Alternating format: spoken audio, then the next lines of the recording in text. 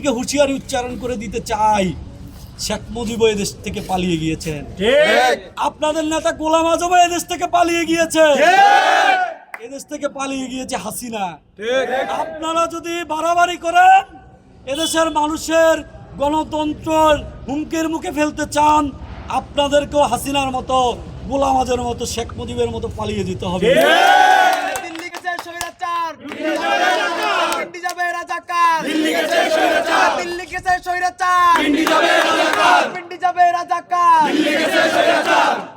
আপনাদেরকে আমি সাবধান করে দিতে চাই এবং আপনাদের প্রতি আহ্বানও জানাতে চাই, আসুন এই বঙ্গুর হাসিনার ফেলে যাওয়া বঙ্গুর বাংলাদেশকে আবার একটি শিরোধার বাংলাদেশ প্রতিষ্ঠা করার জন্য দেশ নায়ক জনাব তারেক রহমানের পাশে থাকুন, তাহলেই আপনাদেরও এদেশের মানুষের মাঝে আপনাদেরও গ্রহণযোগ্যতা বৃদ্ধি পাবে। ফ্যাসিস্ট খুনি শেখ হাসিনা এবং তার দোসরদের ফিরিয়ে এনে সর্বোচ্চ শাস্তির নিশ্চিতের দাবিতে আয়োজিত আজকের এই মিছিলে উপস্থিত বাংলাদেশ জাতীয়তাবাদী ছাত্রদল বিভিন্ন পর্যায়ের নেতৃবৃন্দকে আমার ব্যক্তিগত পক্ষ থেকে জানাই আন্তরিক শুভেচ্ছা এবং বিপ্লবী অভিনন্দন। একই সাথে সাথে আজকের এই মিছিল পরবর্তী তাৎক্ষণিক এই সমাবেশে উপস্থিত বিভিন্ন ইলেকট্রনিক এবং প্রিন্ট মিডিয়ার ভাইদেরকে জানাই ধন্যবাদ। প্রিয় নেতৃবৃন্দ, মেঘে মেঘে অনেক বেলা গড়িয়ে গিয়েছে, হাসিনার আস্ফোরণ এখনো থামেনি। এদেশের হাজার হাজার তরুণ যুবককে হত্যা করে ফ্যাসিস্ট হাসিনা অভ্যুত্থানের বুকে এদেশ থেকে পালিয়ে গিয়েছে।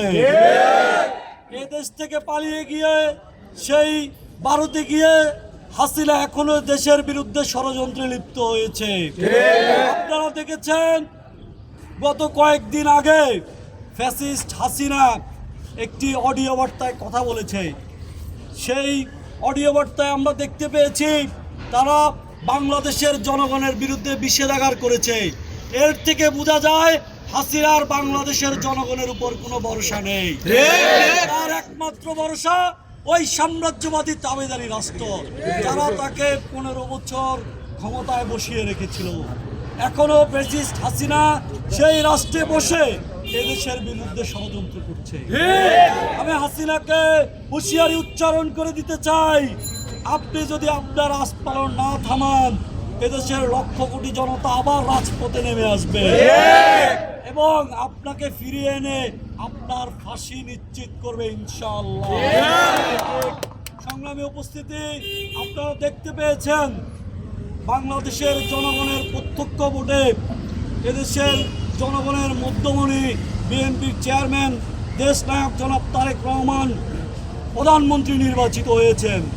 বিগত 6 মাসে উনি এদেশের মানুষের ভাগ্য উন্নয়নে, এদেশের মানুষের ভোটের এবং বাতের অধিকার ফিরিয়ে আনার জন্য, এদেশের সুস্থ গণতান্ত্রিক পরিবেশ বিরাজ করার জন্য উনি নিরলসভাবে কাজ করে যাচ্ছেন। প্রিয় উপস্থিতি, ফ্যাসিস্ট শেখ হাসিনা এদেশের যা কিছু ছিল সুন্দর, যা কিছু ছিল সম্মানের, সব কিছু ধ্বংস করে দিয়েছে। এদেশের সবগুলো রাষ্ট্রীয় প্রতিষ্ঠানকে ধ্বংস করে দিয়েছিল। আমাদের নেতা তারেক রহমান এই দেশকে পুনর্গঠনের দায়িত্ব নিয়েছেন। আপনারা বিগত 6 মাসে ওনার কার্যক্রমে তার প্রতিফলন দেখতে পেয়েছেন।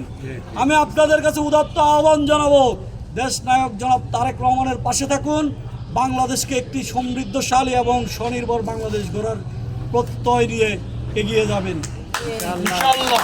সংগ্রামী উপস্থিতি, আপনারা দেখতে পেয়েছেন বর্তমান সরকারের যে উন্নয়নমূলক কার্যক্রম, যে গঠনমূলক কার্যক্রম, সেই কার্যক্রম দেখে একটি গুপ্ত গোষ্ঠী তারা অস্থির হয়ে গেছে।